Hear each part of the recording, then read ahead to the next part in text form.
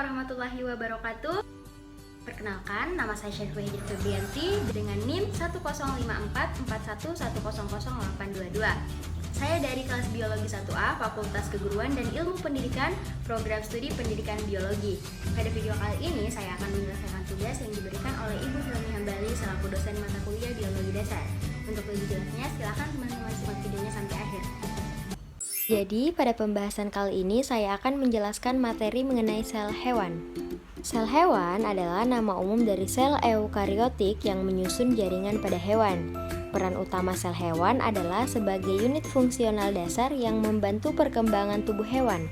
Sel hewan disebut juga sebagai bagian organel terkecil yang dilapisi oleh selaput tipis. Bagian dalamnya memiliki larutan koloid dengan senyawa kimia. Adapun ciri-ciri dari sel hewan yaitu pertama, tidak mempunyai dinding sel, kedua, ukuran sel sangat kecil, ketiga, terdapat matriks ekstraselular, keempat, banyak mengandung lisosom, yang kelima, tidak ada peroksisom dan jarang terdapat giloksisom, yang keenam, inti sel pada sel hewan terletak di tengah, yang ketujuh, walaupun sel hewan tidak memiliki dinding sel, tetapi memiliki elastisitas jaringan yang tinggi. Kedelapan, pada sel hewan kerap ditemukan alat gerak berupa silia dan flagella. Yang kesembilan, ukuran vakuolanya kecil. Dan yang kesepuluh, pada sel hewan memiliki dua sentriol dalam organel sentrosom.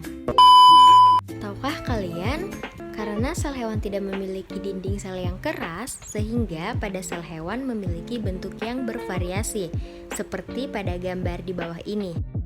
Untuk lebih jelasnya, mari kita membahas struktur sel hewan. Yang pertama ada membran sel, ada lisosom, ribosom, mitokondria, badan Golgi, sitoplasma, retikulum endoplasma, dan nukleus.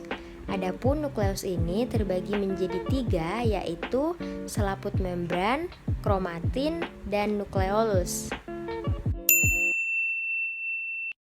Organel yang pertama ada membran sel. Membran sel merupakan bagian paling luar yang membungkus sel yang tersusun atas lemak dan protein. Fungsinya untuk melindungi sel sebagai penerima rangsangan dari luar dan mengatur keluar masuknya zat. Yang kedua ada lisosom, merupakan kantung yang diselubungi membran tunggal dan berisi enzim hidrolitik. Lisosom ini berfungsi untuk mencerna makanan menjadi makramolekul. Yang ketiga ada organel ribosom. Ribosom ini berfungsi sebagai tempat terjadinya pembentukan protein. Di dalam ribosom terikat pada retikulum endoplasma kasar atau membran inti sel.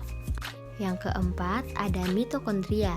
Mitokondria adalah organel paling besar yang merupakan mesin dalam sel. Fungsinya untuk menghasilkan energi dalam bentuk ATP dan sebagai respirasi seluler.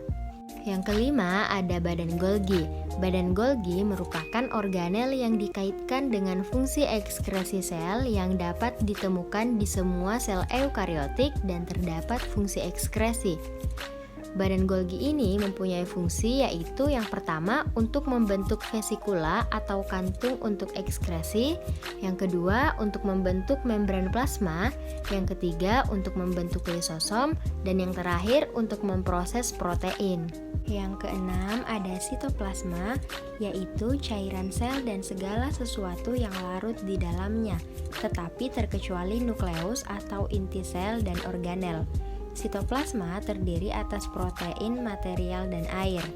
Sitoplasma ini memiliki koloid kompleks, yakni tidak cair dan tidak padat, tergantung pada konsentrasi air.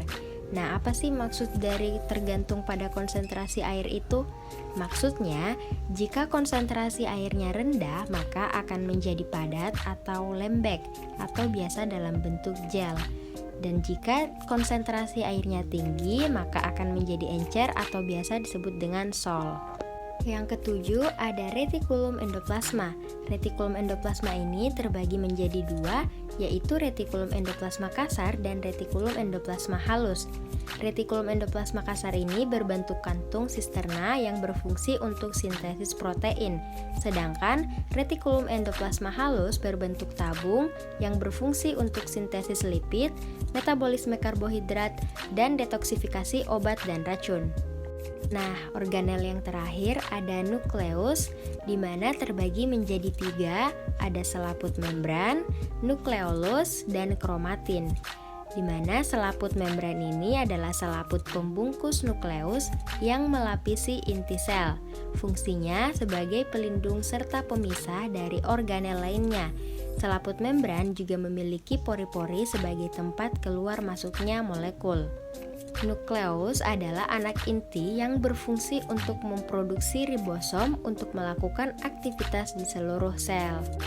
Yang terakhir ada kromatin, yaitu campuran histon, DNA, serta protein lainnya yang membentuk kromosom. Fungsi utamanya adalah untuk mengkondensasi DNA untuk mengaktifkannya masuk ke dalam inti sel. Fungsi lain dari kromatin ada untuk menyalin RNA dan melindungi DNA dari kerusakan, serta sebagai ekspresi gen.